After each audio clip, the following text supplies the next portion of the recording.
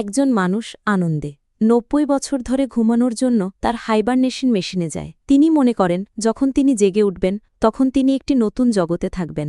কিন্তু আরামে শুয়ে পড়লেই অদ্ভুত কিছু অনুভব হয়। মেশিনটি ত্রুটিপূর্ণ বলে মনে হচ্ছে। সে তাড়াতাড়ি বের হওয়ার চেষ্টা করে, কিন্তু দরজা বন্ধ হয়ে যায়। অনেক চেষ্টার পর কোনোরকমই বেরিয়ে আসেন তিনি। সে ভয় পেতে শুরু করে। কিছু ভুল হয়েছে কি, তিনি কমেন্ট সেন্টারের দিকে ছুটে যান যাতে তিনি ক্যাপ্টেনকে জাগিয়ে তুলতে পারেন এবং তাকে বলতে পারেন যে লোকেরা তাদের সময়ের আগে জেগে উঠছে। তিনি অনেক যন্ত্রপাতি ব্যবহার করেন, কিন্তু ক্যাপ্টেনের দরজা খোলে না। এখন তার হাতে একটাই পথ বাকি আছে। তিনি তাৎক্ষণিকভাবে পৃথিবীকে সাহায্যের বার্তা পাঠাতে চান। তবে এর মধ্যে দূরত্ব পৃথিবীতে জাহাজটি সরানো এতটাই ছিল যে বার্তাটি সেখানে পৌঁছাতে ১৯ বছর সময় নেবে এবং উত্তর আসতে ৩৬ বছর সময় লেগেছিল। এর অর্থ পুরো প্রক্রিয়াটি ৫৫ বছর সময় নেবে। এত দীর্ঘ সেটআপের জন্য অপেক্ষা করা অসম্ভব ছিল। এখন যে কোনো সাহায্য আসবে বলে আশা ছেড়ে দেন তিনি। এখন সে একাকিত্বে বিরক্ত হয়ে পুরো জাহাজ জুড়ে ঘুরে বেড়ায় এবং একদিন সে অনুভব করে যে জাহাজে অন্য কেউ আছে। তার হৃৎস্পন্দন দ্রুত বাড়ছে।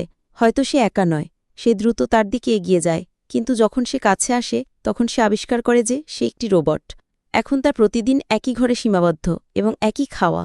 এভাবেই কেটে গেল অনেক বছর। তারপর একদিন সে দেখতে পায় একটি ঘুমন্ত মেয়ে, খুব সুন্দরী, যে হাইবারনেশন মেশিনে গভীর ঘুমিয়ে আছে। তিনি এমন একটি সিদ্ধান্ত নেন যা সঠিক ছিল না। তিনি তার সময়ের আগে তাকে জাগিয়ে তুলতে যাচ্ছিলেন। তিনি তার টুলকিট দিয়ে মেশিনের সাথে গণ্ডগোল করেন এবং অরোরাকে জাগিয়ে তোলেন। এখন যেহেতু তারা জাহাজে একমাত্র দুজন, তারা ধীরে ধীরে আরও কাছাকাছি আসে।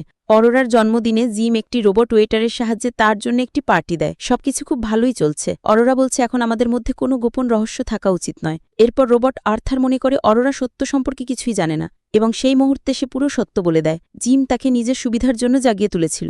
জিম তাকে প্রস্তাব দেওয়ার জন্য একটি আংটি বের করে, তবে অরোরা সত্যটি শুনে হতভাগ হয়ে যায়। সে মনে করে যে জিম তার একাকিত্বের জন্য তার পুরো জীবন কেড়ে নিয়েছিল। এখন অরোরা খুব রেগে গেছে। সে জিমের সাথে কথা বলা বন্ধ করে দেয়। এরই মধ্যে জাহাজে মারাত্মক যান্ত্রিক ত্রুটি দেখা দেয়। কিছু না হলে সবকিছু হারিয়ে যেতে পারে।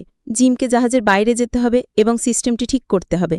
প্রচণ্ড গরম ও বিপদ মোকাবেলা করতে হয় তাকে। অরোরা সময় মতো মেশিনের হ্যান্ডেলটি টেনে নেয়, তবে জিম মহাকাশে পড়ে যায় এবং তার সুরক্ষা দড়ি ভেঙে যায়।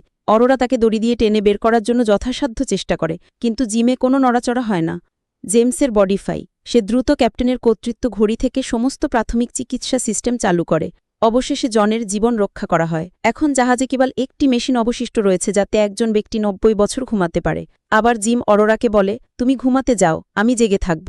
তিনি বলেন, আমি আমার নিজের স্বার্থপর কারণে আপনাকে জাগিয়ে তুলেছিলাম, কিন্তু এখন আমি আমার ভুল সংশোধন করতে চাই। এখন সিদ্ধান্তটি অরোরার হাতে। কিছুক্ষণ চিন্তা করার পর অরোরা বলে, আমি তোমার সাথে থাকতে চাই। তারপরে জিম তাকে আবার বিয়ের প্রস্তাব দেয়। এবার অরোরা হাসতে হাসতে হ্যাঁ বলে।